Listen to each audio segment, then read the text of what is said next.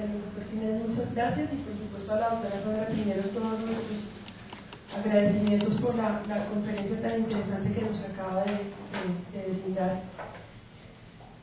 Como bien dice el doctor Jiménez, oyendo a la doctora Sandra Piñero, surgen aún más dudas y de alguna manera, pues en todos los que para todos los que tenemos que ver con niños y que tenemos consulta de niños y tenemos algún contacto con colegios y todas estas cosas, pues casi que se genera algo de, pues por decirlo de alguna manera, algo de angustia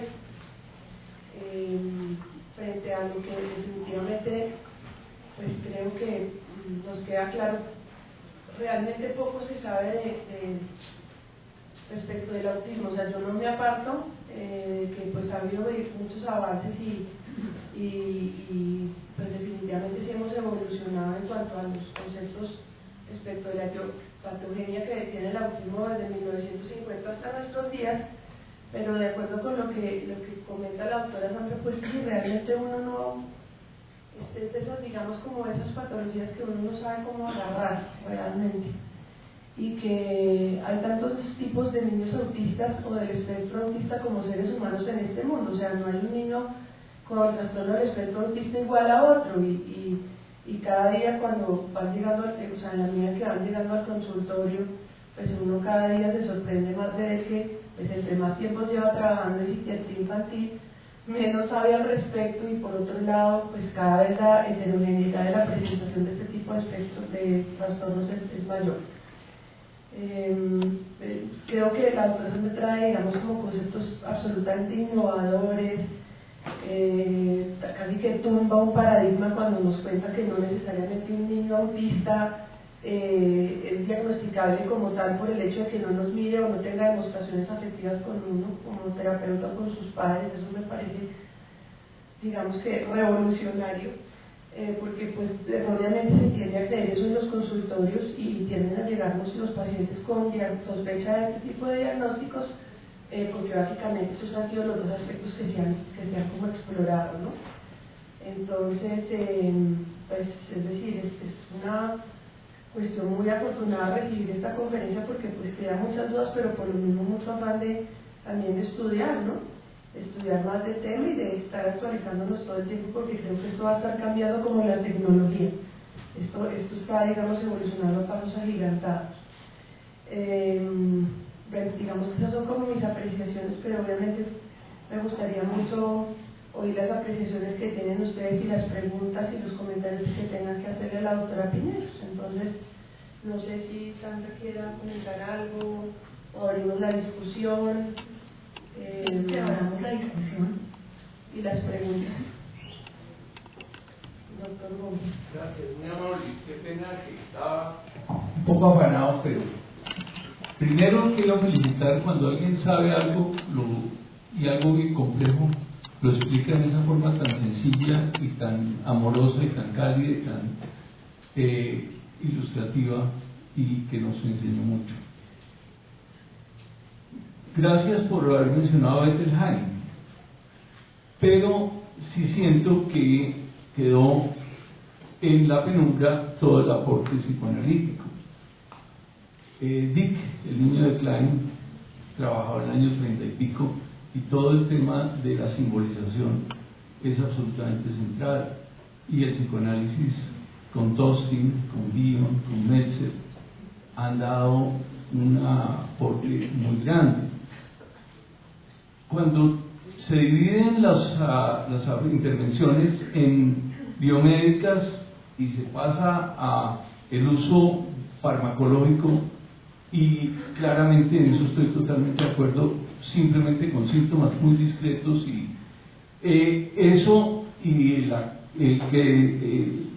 el tema de la medicina basada en la evidencia pues entra a chocar bastante, porque el autismo yo creo que es de los hechos humanos que va a resistirse muchísimo a adaptarse a los métodos que podrían ser aplicados a las enfermedades infecciosas, por decir un extremo del otro lado. Entonces, la intervención mía es: ¿qué opinión le merecen a usted los aportes, por ejemplo, de Nico Timbergen premio Nobel de Medicina con Lorenz y con Pomfrey en el aporte concreto sobre el autismo? ¿Qué opinión merece todo el trabajo pionero de Klein? ¿Qué opinión merece el aporte de Tostin, el aporte de Bion, de Meltzer? ¿Y qué valor le da usted a la intervención psicoanalítica con niños autistas? Bueno, pues la verdad, yo no soy experta, digamos, en psicoanálisis.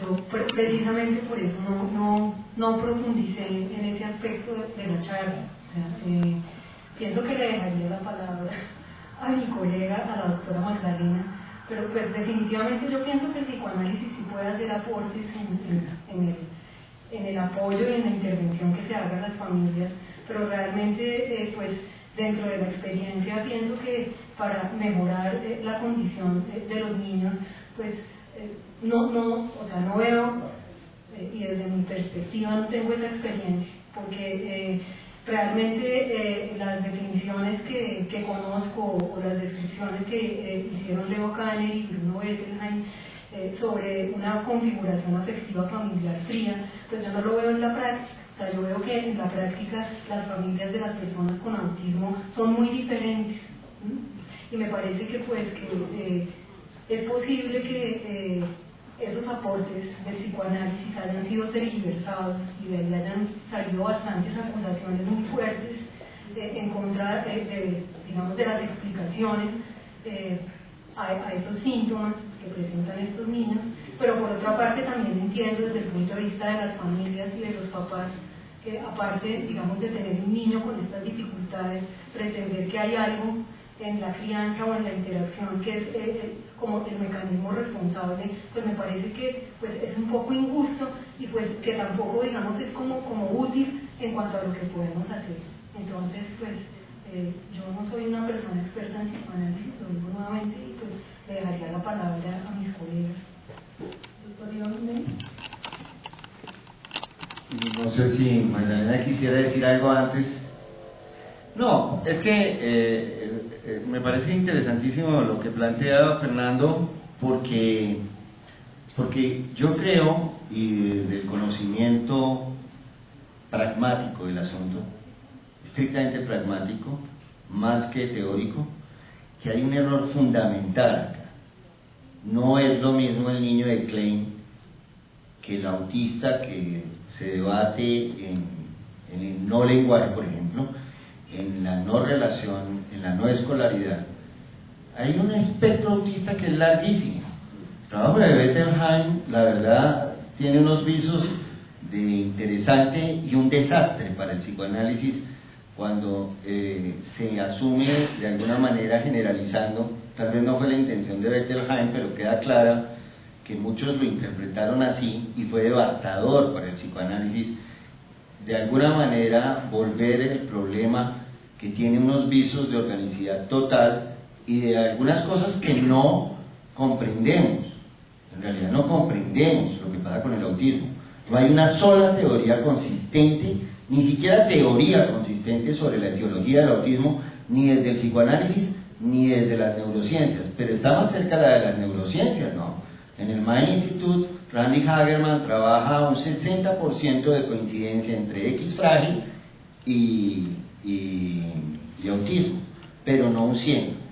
Es más, un instituto como el Mind hace asesoría a familias y a niños autistas y se trabajan cosas como que se dé serotonina. ¿Por qué? Porque nos ha dado resultados, pero los estudios no son consistentes, pero da resultados con algunos niños. Entonces eso pasa con todas las terapias. Cuando uno no sabe para dónde va a decir el doctor Posada, cualquier bus le sirve, ¿no? Es diferentísima la teoría a la realidad de los niños autistas. Es diferentísima la teoría. En realidad, porque cuando hablamos de los niños autistas, tal vez no solo hablemos de una patología, sino de un espectro muy grande de patologías. Un niño con Asperger, el doctor Jones tiene una institución que tiene mucha experiencia en ese tema. Un niño con Asperger puede ser un niño con un rendimiento intelectual muy alto, pero hay autistas de muy bajo funcionamiento, ¿no?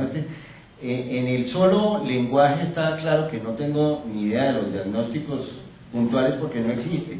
Bajo funcionamiento, ¿qué será?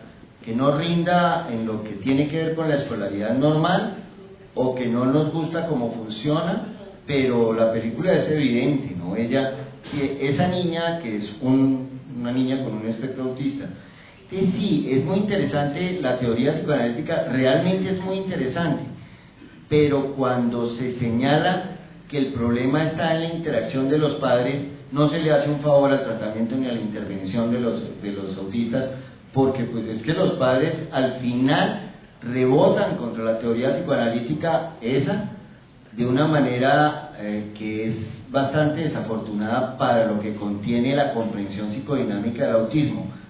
Te lo explico de esta manera. La verdad es que los autistas han estado bajo la tutela de sus padres toda la historia de la humanidad. Aquí no hay ninguna institución que pueda decir que ha hecho las grandes cosas, ni siquiera en Estados Unidos ni en Francia, por los autistas. Hay instituciones que ayudan, pero el cuidado del niño autista regularmente está bajo la tutela de sus padres.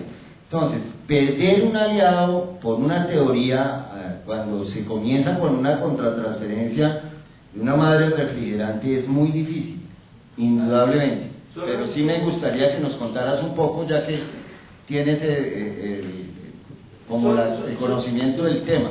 Solamente un punto, desde el punto de vista del prejuicio de lo que es el psicoanálisis, claro, en el punto del autismo. Quiero simplemente hacerte una precisión. Cuando decimos que la teoría psicoanalítica se centra simplemente en que los padres generaron o fueron causal etiológica porque son una madre nevera o porque son unos padres distantes o unos padres fríos o todo eso, cuando yo hablo del aporte psicoanalítico, es del aporte de hacer procesos psicoanalíticos con niños autistas que llevan sin capacidad de simbolización, que llegarían como autistas del más bajo nivel de desarrollo, confundibles perfectamente con retardos mentales profundos, a salir a niños que evidentemente el concepto de curación médico es un concepto que nos ha hecho mucho daño, porque el concepto del antibiótico que cura la sífilis, que se tiró en la concepción de la psiquiatría, de la concepción psicopatológica, de pensar que todas las enfermedades tienen una causa como las basadas en los planteamientos de Koch de la enfermedad infecciosa, creo que daña el proceso. Estoy totalmente de acuerdo que esto es un espectro y que hay espectros y que hay pacientes de pacientes, pero cuando yo hablo de la intervención psicoanalítica, yo hablo de, en el calor de la vivencia entre una persona analista con formación analítica que se mete en un cuarto con un niño con autismo y que empieza a generar los procesos de simbolización, que es el caso de Dick, porque no es Richard del año 1945, Dick es el niño de 4 años que era un vecinito. Bueno, es el caso del año 30 y pico, donde Melanie Klein empieza a plantear una simbolización. Después viene todo el desarrollo de la escuela kleiniana con trabajo con niños, el trabajo de Tostin tiene congresos, Francisco, ¿cada cuánto tiene congresos? O sea, cada 2 años, que Francis Tostin está en California, ahora el congreso próximo es en Boston, y todo el trabajo de psicoanálisis, yo sí creo que, es decir, mi sugerencia cariñosa y respetuosa es que en este modelo que ustedes están generando en la clínica, quepa el psicoanálisis para el autismo, no como una cosa única. Pero el punto de prejuiciar el psicoanálisis como que es culpa de la mamá, o es culpa del papá, o culpa de los padres, no. Es decir, ningún papá y mamá tiene un hijo pensando que va a llegar autista. Pero los que hemos tenido hijos autistas sabemos claramente que el tema ambiental no es descuidable. Por eso Freud habló de la serie complementaria. Y en la serie complementaria, por más biológico que sea el tema, hay un elemento en el que el ambiente tiene mucho. Tinbergen, el trabajo de los Tinbergen es un trabajo muy hermoso, no es desde el lado del psicoanálisis, termina en una cosa un poquito trivial que es la famosa terapia de los abrazos, pero todo el trabajo de ver el tema autista a través de la lente de la etología, que no puede desconocerse el lo más científico de lo científico, es un trabajo absolutamente fabuloso que desafortunadamente también generó la descalificación de la medicina oficial. La doctora Ramata quería intervenir. Gracias, la discusión está muy interesante. Muchas gracias, doctora, por su trabajo, por su presentación. Solamente quería enfatizar una dicotomía que no nos sirve, que es poner lo biológico y lo neuronal y el X frágil de acuerdo. Seguramente yo estoy convencida de que estos niños tienen una condición de una fragilidad, de una extrema sensibilidad. Después uno ve que estos niños son artistas, son músicos, tienen una sensibilidad que yo no creo que es a causa del autismo, sino que de repente el autismo podría ser una consecuencia de su extrema sensibilidad que ellos traen. Y no podemos hacer la dicotomía y ponernos a pelear entre las neurociencias y el psicoanálisis. Creo que el problema que acarreó todas estas concepciones de los años 40, yo creo que ya han pasado muchos años y podemos perdonar eso. Es decir, no considero que tener una aproximación psicoanalítica frente al autismo sea descalificar a los padres. Estoy de acuerdo con el doctor Iván, estos niños han sido cuidados por sus papás. En general, los niños autistas tienen padres muy amorosos. Creo que se trata de una serie de situaciones muy desafortunadas que se produjeron en la relación. Yo he tratado niños autistas, no puedo decir que tenga una gran experiencia, una cantidad de números de niños, pero los que yo he tratado han podido ir desarrollando una serie de simbolización, de desarrollo, no miraban, no tenían lenguaje, una serie perfectamente todos los índices diagnósticos que los van superando, y que lo que pude ver en estos casos era una relación como perturbada. No mamás que no los querían, no papás que no los querían, los quieren tanto como para traerlos y haber ido de especialista en especialista, pero poder intervenir en esa función de estos papás, de poderlos ayudar a acercarse a entender al niño, y este niño puede entender su mundo, es una cosa muy bonita, y es también todo un reconocimiento. Yo respeto muchísimo a los papás de estos niños porque han hecho todo el esfuerzo, y además en una situación muy frustrante, ¿no? Entonces yo creo que son condiciones, o sea, no se trata de descalificar, sí creo que se trata de reunir todos los aportes que nos ayuden. Además quiero, para terminar, decir, los niños que yo he tratado como psicoanalista también han tenido tratamiento de terapia ocupacional, también han tenido terapia de lenguaje, todo eso ayuda, ¿no? Gracias. El doctor Jones. Gracias, doctora. Usted hace una relación perturbadora. Quisiera decirle cómo es ese tipo de relación perturbadora que usted observa en ellos. Pero me excuso un segundito. Te felicito por tu excelente conferencia y sabemos de tus antecedentes cuando hiciste tu entrenamiento en el programa de psiquiatría infantil. Eres una de las más brillantes. Doctora, cuando usted habla de relaciones perturbadoras, ¿me podría explicar un poco qué habla de relaciones perturbadoras? No, gracias por su aclaración. No dije perturbadoras, dije perturbadas. O perturbadas. No, perturbadas, porque sí, también nos perturba, porque además estoy de acuerdo con la doctora que estos niños generan muchísima ansiedad, porque la ansiedad más grave del ser humano es la de no ser. Y vemos a estos niños en una dificultad, una relación perturbada, me refiero, doctor, a que, por ejemplo, que ha habido unos malos encuentros o desencuentros entre los padres, entre la madre y el niño. Por ejemplo, en los niños autistas cuya historia fue de una prematuridad, ahí se cortó el vínculo de la madre y del niño en una forma prematura por la prematuridad del parto del niño, por las circunstancias del nacimiento. Además, sumémosle a todos los traumatismos que puede tener un niño en una unidad de cuidados intensivos de recién nacidos, de 2 meses, con intervenciones quirúrgicas muchas veces. Entonces hay una serie de traumatismos que han roto la relación en un principio. No quiero generalizar ni quiero decir que sean todos los casos. Por ejemplo, madres en situación de dificultad de contención, madres que han dado a luz en lugares extranjeros, en lugares con poco sostén emocional, personalmente, de ellas con el entorno, pero de ellas con la pareja. hay una cantidad de situaciones emocionales que hacen que esta mamá esté en una condición frágil para recibir un niño que también tiene frágil. Creo que es muy interesante la aclaración que usted hace, efectivamente, porque cuando uno es un psiquiatra de niños y adolescentes, uno no solamente trabaja con el niño, muchas veces no hay que trabajar con el niño, sino es trabajar con el medio ambiente. Y solo con trabajar con el medio ambiente uno puede conseguir unos grandes resultados.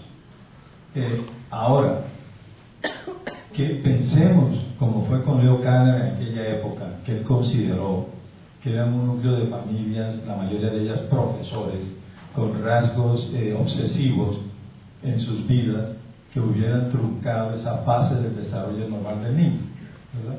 Que nos describe muy bien Margaret Malloy en sus estudios que ella ha hecho. Lógicamente que cuando uno tiene un hijo con una dificultad, cualquiera que sea, eso genera una serie de alteraciones en las relaciones de pareja. Y muchas veces el aspecto narcisista de uno de los padres es lo que lleva a que ese niño con dificultades genere unos conflictos que inclusive los lleva hasta la separación. Entonces el problema no está en la etiopatogenia del niño, sino en la dificultad de uno como adulto de poder aceptar algo, y eso lógicamente hay que trabajarlo paralelamente como cuando uno trabaja con el niño. Yo fui pediatra por muchos años, hice recién nacido también por un año, y sé lo que es un niño en una incubadora y prematuro. Afortunadamente hoy en día existen las salas donde se controla el desarrollo del parto, ¿verdad? Que entonces cuando se detectan inmediatamente algunas alteraciones en la frecuencia cardíaca, porque baja o porque se acelera, nos indica que hay un sufrimiento fetal y se puede hacer una intervención inmediata, lo que antes no se hacía porque uno con estetoscopio oía los ruidos fetales del niño. Eso nos lleva a que realmente la patología orgánica tenga que disminuir mucho hoy en día, porque hay una atención primaria y ya no se ponen los famosos forces, esos altos que se hacían anteriormente y que generaban una cantidad de trastornos biológicos. Ahora, yo creo que no hay duda que el autismo, que los hay de bajo rendimiento, mediano y alto rendimiento, y que se caracteriza primero por su cociente inteligencia, que no es fácil valorar, por el desarrollo del lenguaje y por la socialización, que son los tres factores grandes que uno utiliza para verlos a ellos y diagnosticar. Ahora, Asperger, si no estoy mal, fue un pediatra suizo austriaco, que fue al tiempo que lo hacía en Estados Unidos Kanner, él estaba escribiendo sobre el Asperger. Desafortunadamente en la psiquiatría no podemos hacer lo que hacen otros aspectos de la medicina, eso es muy cierto, hacer que determinados antibióticos específicos para determinada bacteria para atacarla y curarla. Aquí no conocemos realmente y tendremos que esperar a que venga la medicina genética y conocer más las partes de los series de elementos y que se dan en el transcurso de las transmisiones de las neuronas de todos estos estímulos que el niño recibe. Lo cierto es que hay niños autistas con un alto rendimiento y otros con bajo rendimiento. Y esos de alto rendimiento es lo que generalmente consideramos de pronto como un síndrome de Asperger, que tiene un mejor resultado. Ahora, el psicoanálisis ha hecho aportes muy grandes. Lo que pasa es que no podemos ver el desarrollo de un niño a través del psicoanálisis. Hay que ver en sus diferentes etapas de desarrollo, y que esas etapas de desarrollo tienen algunas alteraciones biológicas. Entonces, los tratamientos en psiquiatría son tratamientos sintomáticos, no sobre entidades nosológicas específicas, porque no conocemos la etiopatogenia de ellos todavía. Puede que en algún momento podamos encontrar por allá en la transmisión de una neurona con otra que hay un aminoácido o algo que no funciona bien y que se puede hacer una cirugía de tipo genética para cambiar ese espectro. Eso sería el futuro y lo ideal que hay. Por el momento trabajamos con las manifestaciones clínicas de nuestros pacientes, y de acuerdo con esas manifestaciones clínicas hay una serie de programas que se pueden hacer para estimular las diferentes áreas. Doctor, yo disculpen, es que tenemos 3 intervenciones pendientes y ya se nos acabó el tiempo. No sé si de pronto podamos darle la opción al doctor Jiménez, que ha traído la palabra. Hay otro doctor atrás y el doctor que está al lado suyo querían también intervenir. Pero no sé si...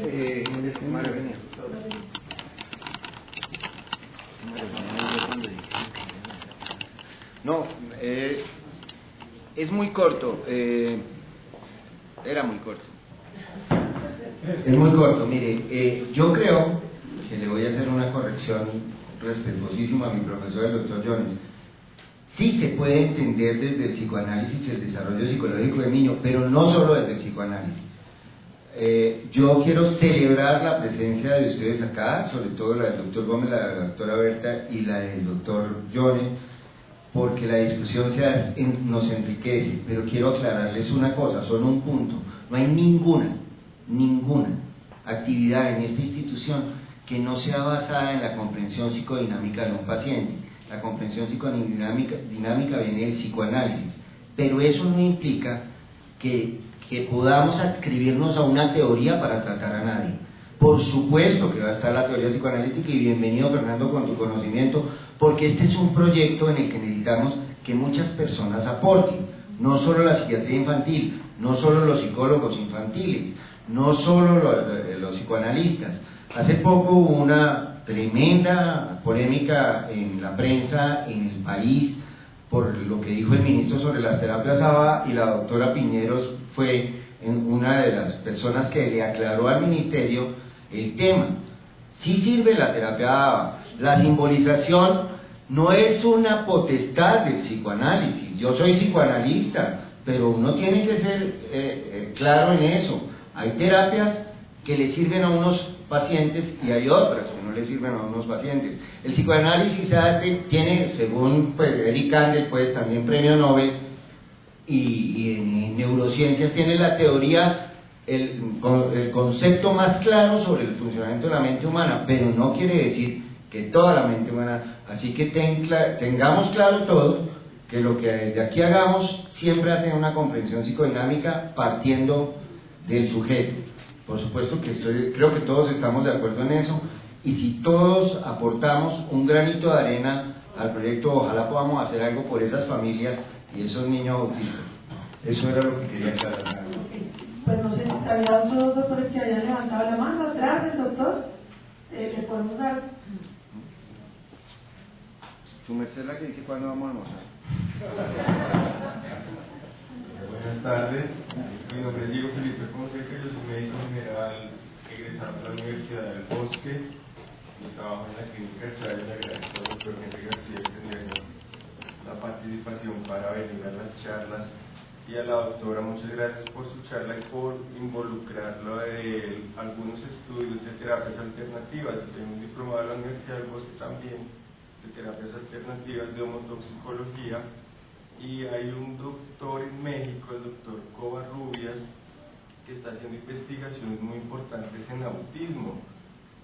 Aún no hay algunos resultados todavía muy claros, pero él ha visto, en cuanto a terapias alternativas, que hasta un 90% de los niños con autismo tienen algún tipo de alergias o intolerancia al trigo, al gluten, a los lácteos, intoxicaciones con metales pesados.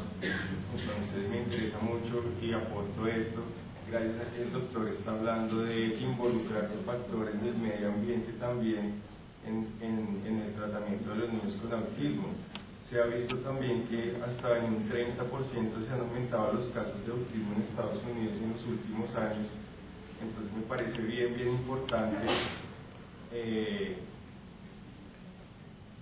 hacer como alguna terapia coadyuvante, teniendo en cuenta todos esos factores medioambientales que tal vez se han dejado un poco de lado, que pienso yo que la alimentación no debería tratarse como una parte alternativa, sino algo muy médico, muy de la medicina alopática también. Quería comentarles eso. Muchas gracias. Doctor, ¿quiere cerrar con unas pocas palabras para que nos podamos ir a almorzar?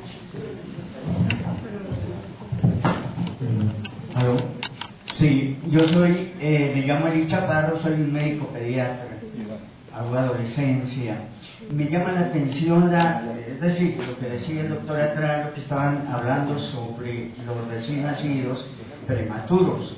Tuve la oportunidad hace muchísimos años en el materno infantil, donde no había en Bogotá sino un sitio donde nacían más o menos 200 niños y el servicio de prematuros era muy grande.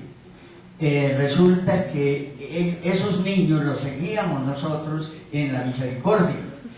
No recuerdo, lógicamente, que por ser organicistas nosotros tal vez, pero en esa época realmente estos trastornos o este espectro autista muy poco se veían. Otra cosa que a mí me llama la atención es que nosotros no nos comunicamos, los pediatras y sobre todo los neonatólogos, con los psiquiatras de niños, aquí estoy con mi profesor. No hay realmente esa comunicación. El neonatólogo puede perfectamente diagnosticar un espectro autista cuando está pasando de esa etapa que es sensorio-motriz a la etapa esa de simbolismo, cuando el niño empieza a balbucear, a mirar a las personas, a abrazar. Esa etapa de los 6 meses al año, seguramente, y lo que nos interesa realmente es el bien de los niños, no pues las teorías importantísimas, pero a mí me parece que deberíamos darle muchísima importancia a ese momento, porque las terapias, todo lo que ustedes hacen, pues serviría mucho más en un niño recién nacido que ya en un niño cuando llegan ya preadolescente o adolescente. Muchas gracias. Con el permiso especial de Magdalena, quiero hacer un poquitico. Con el instituto, hace unos 7 años iniciamos un centro que existe en Guaymaral, que en este momento se llama el Gimnasio de la Cordillera, donde es una institución donde los grupos de los alumnos son de 5, máximo 6, donde tienen un tratamiento psicológico con un psicólogo, hay terapia ocupacional, yo que manejo la parte de psiquiatría infantil, y más que psiquiatría infantil con los niños es realmente con los padres, donde encuentro la dificultad más grande para poder trabajar integralmente lo que es el colegio con la institución, una institución pedagógica terapéutica, que la pongo a la orden de todos ustedes y que están invitados, que en la vía Guaymaral, kilómetro 15. Gracias. Gracias.